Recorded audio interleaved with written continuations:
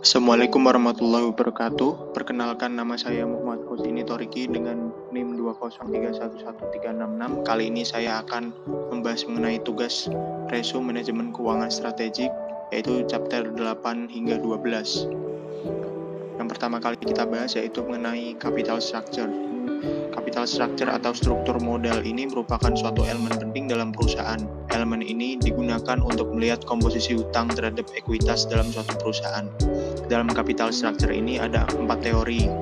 Yang pertama yaitu Modigliani-Miller teori. Merupakan dasar teori struktur modal yang berargumen bahwa struktur modal tidak mempengaruhi nilai perusahaan. Dalam perkembangannya, Modigliani-Miller ini memasukkan unsur pajak. Jika ada pajak dalam suatu struktur modal, maka akan menjadi relevan karena bunga yang akan dibayar akibat menggunakan utang dapat mengurangi penghasilan kena pajak. Selanjutnya yaitu trade-off theory. Trade-off theory ini berargumen bahwa perusahaan mendasarkan keputusan pendanaan pada suatu struktur modal yang optimal. Struktur modal optimal tercapai pada saat terjadi keseimbangan antara manfaat menggunakan utang dengan biaya dari menggunakan utang tersebut. Selanjutnya yaitu signaling theory.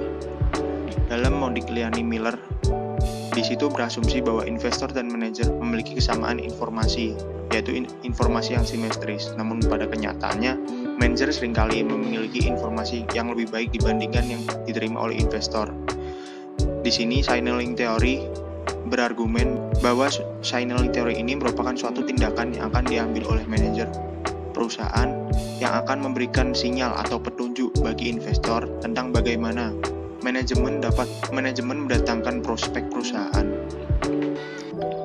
Dan yang terakhir yaitu pecking order theory. Dalam perkembangannya, karena adanya informasi yang tidak simetris antara pihak manajer dan investor, maka muncullah teori ini.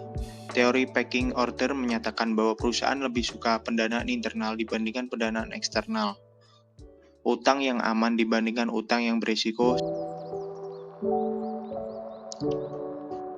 Selanjutnya yaitu penentuan capital structure. Ada 8 yang menjadi penentu dari capital structure. Yang pertama yaitu sales stability, yaitu perusahaan yang penjualannya relatif stabil dapat dengan aman mengambil lebih banyak hutang. Selanjutnya yaitu asset structure, lalu operating leverage, lalu growth rate atau tingkat pertumbuhan perusahaan, lalu profitability, lalu tax atau pajak, lalu sikap dari manajer, di mana manajer konservatif menggunakan lebih dikit hutang daripada rata-rata perusahaan. Yang terakhir yaitu market condition, yaitu kondisi pasar di dalam pasar saham atau pasar obligasi yang memiliki pengaruh penting pada suatu struktur modal perusahaan yang optimal. Selanjutnya yaitu mengenai cost of capital.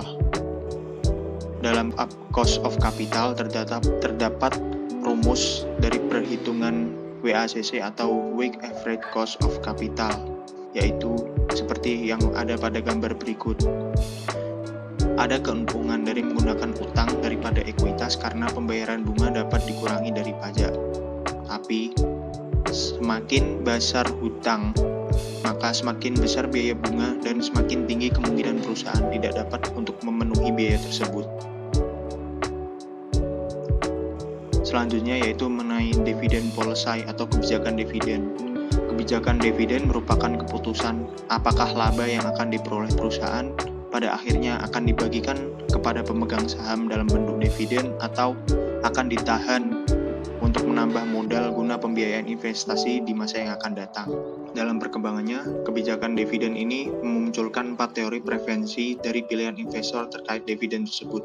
Yang pertama yaitu dividen irrelevant teori, di mana investor di sini acuh tak acuh antara dividen dan keuntungan modal yang akan dihasilkan. Di sini menyiratkan bahwa pembayaran dividen tidak berpengaruh pada nilai perusahaan. Nilai perusahaan pada teori ini hanya ditentukan oleh kemampuan perusahaan untuk menghasilkan earning power dan resiko bisnis. Selanjutnya yaitu bird in the hand teori. Teori bird in the hand ini menjelaskan besarnya dividen yang dibagikan kepada pemegang saham akan meningkatkan harga saham.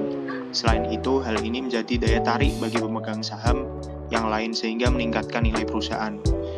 Investor di sini lebih menyukai dividen pada saat dibandingkan dengan capital gain yang akan diterima di masa mendatang, karena dividen ini bersifat lebih pasti.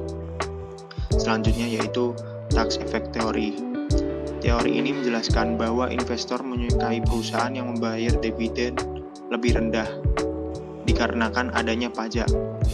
Karena investor di sini yang menanggung sendiri pajak dari dividen atau capital gain yang diterima tersebut, maka semakin tinggi yang akan dibagikan perusahaan, maka semakin tinggi pula pajak yang akan dibayar oleh investor. Selanjutnya yaitu signaling theory. Di sini investor melihat perubahan dividen sebagai sinyal penanda manajemen tentang masa depan. Selanjutnya yaitu mengenai stock repurchase. Stock repurchase sendiri yaitu merupakan suatu kegiatan di mana perusahaan melakukan pembelian kembali atas saham mereka yang telah beredar di pasar bursa yang telah dimiliki oleh pemegang saham. Alasan melakukan stock repurchase ini yaitu alternatif untuk membagikan uang tunai sebagai dividen, untuk membuang uang tunai satu kali dari penjual aset, untuk mengubah struktur modal, dan untuk digunakan saat karyawan menggunakan opsi. Selanjutnya yaitu mengenai keuntungan dari repurchase ini. Yang pertama yaitu pemegang saham dapat memilih untuk menjual atau tidak, lalu membantu menghindari pengaturan dividen yang tinggi yang tidak dapat dipertahankan. Selanjutnya, pendapatan yang diterima adalah keuntungan modal daripada dividen dengan pajak yang lebih tinggi. Kekurangan dari stock repurchase ini dapat dinilai sebagai suatu sinyal negatif bagi investor. Lalu, IRS juga dapat mengenakan penalti jika pembelian kembali, terutama untuk menghindari pajak atas suatu dividen. Bab yang selanjutnya kita bahas yaitu mengenai capital market and IPO process. Di sini sebelum memulai pembahasan kita bertanya terlebih dahulu bagaimana perusahaan pemula biasa dibiayai. Ada 3 pembiayaan yaitu melalui founder resource, angel investor, dan valuta kapital. Founder resource yaitu merupakan pendanaan awal yang berasal dari uang atau aset pribadi dari sang pendiri.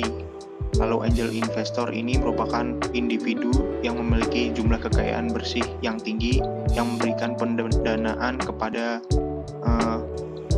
suatu perusahaan pemula. Dan yang terakhir yaitu valuta kapital, yaitu badan usaha yang melakukan usaha pembiayaan modal kepada suatu perusahaan yang menerima bantuan pembiayaan untuk jangka waktu tertentu dalam bentuk penyertaan saham, obligasi, atau sebagainya.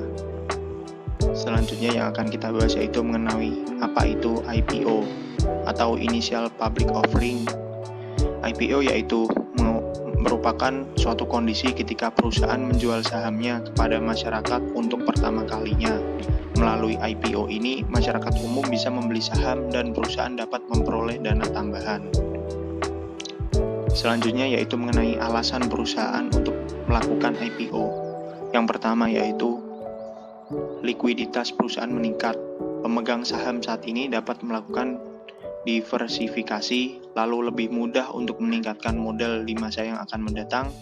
Perusahaan menjadi go public, lalu akan meningkatkan pengakuan pelanggan dan reputasi perusahaan. Selanjutnya yaitu mengenai proses IPO di Indonesia. Proses IPO di Indonesia dimulai dengan menentukan underwriter atau penjamin emisi efek dan berbagai proses penunjang lainnya seperti akuntan, penilaian aset, dan notaris. Lalu proses kedua yaitu pengajuan pendaftaran, penyertaan ke bursa efek, serta penyerahan prospektur perusahaan. Proses ketiga yaitu setelah penyertaan pendaftaran dinyatakan efektif oleh OJK, maka efek yang akan diterbitkan oleh emiten sudah bisa dipasarkan ke masyarakat. Yang proses yang keempat yaitu setelah melakukan penawaran umum, emiten akan mencatat perusahaan ke dalam bursa. Selanjutnya yaitu mengenai private placement, yang merupakan suatu istilah yang mengacu pada aktivitas pada pengajuan saham dan juga obligasi secara langsung kepada investor ataupun lembaga tertentu yang dipilih. Lalu pembahasan pembahasan selanjutnya yaitu mengenai kerugian dari perusahaan yang melakukan go public. Yang pertama yaitu perusahaan akan kehilangan kendali. Selanjutnya, biaya pelaporan akan tinggi.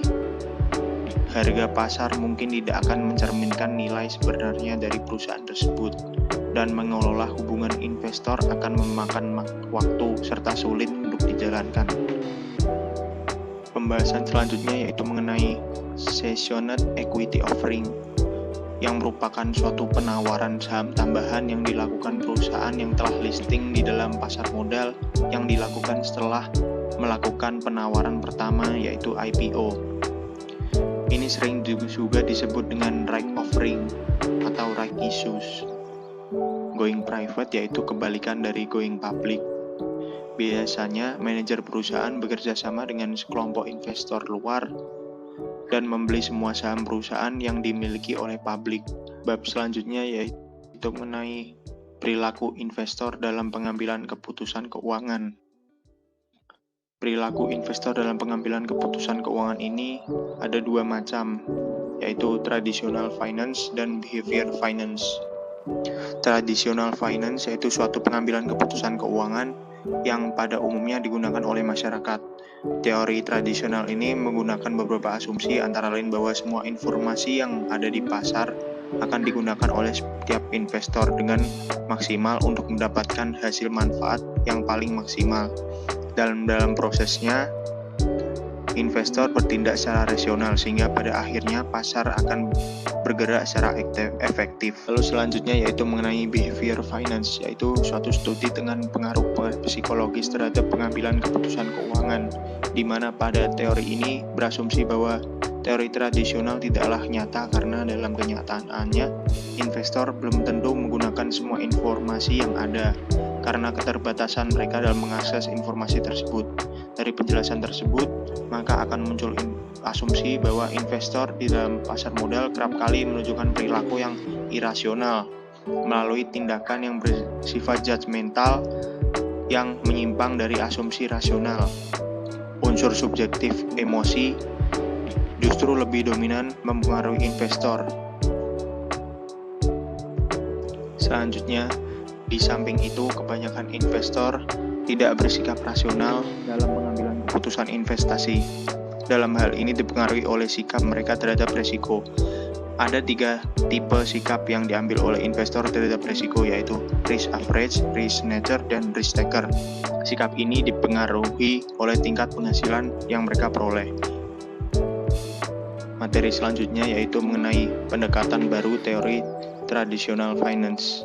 Prospek teori yaitu bagaimana individu berperilaku, mempunyai pendapatan, dan membuat keputusan dalam berbagai pilihan yang dianggap menguntungkan dalam mempertimbangkan resiko. Framing teori yaitu keputusan yang diambil tergantung pada bagaimana pengambilan keputusan memandang suatu masalah yang dipengaruhi oleh bagaimana masalah itu dirumuskan. Dan bounded rationality teori yaitu perilaku rasional orang yang memiliki akses penuh terhadap informasi tidak menggambarkan perilaku orang yang sebenarnya. Pengembangan keputusan yang optimal terbatas karena kendala kognitif dan kemampuan informasi. Selanjutnya yaitu mengenai behavior bias, yaitu merupakan suatu faktor psikologis investor yang mana akan mempengaruhi keputusan investasi mereka. Di sini ada 5 macam, yaitu overconfidence, di mana orang-orang mengira mereka tahu lebih banyak daripada yang mereka lakukan. Lalu over atau underreaction, di mana seseorang bereaksi secara tidak proporsional terhadap informasi yang baru diterima. Lalu dispositional effect, kecenderungan investor untuk menahan saham yang kalah dalam waktu yang lama dan segera menjual saham yang menang. Lalu herding behavior, yaitu kecenderungan orang untuk meniru tindakan baik itu rasional maupun irasional dari kelompok yang lebih besar. Lalu yang terakhir yaitu heuristics, yaitu penggunaan pengalaman dan upaya praktis dalam pembuatan keputusan. Mungkin cukup sekian dari presentasi yang dapat saya sampaikan. Kurang lebihnya mohon dimaafkan. Wassalamualaikum warahmatullahi wabarakatuh.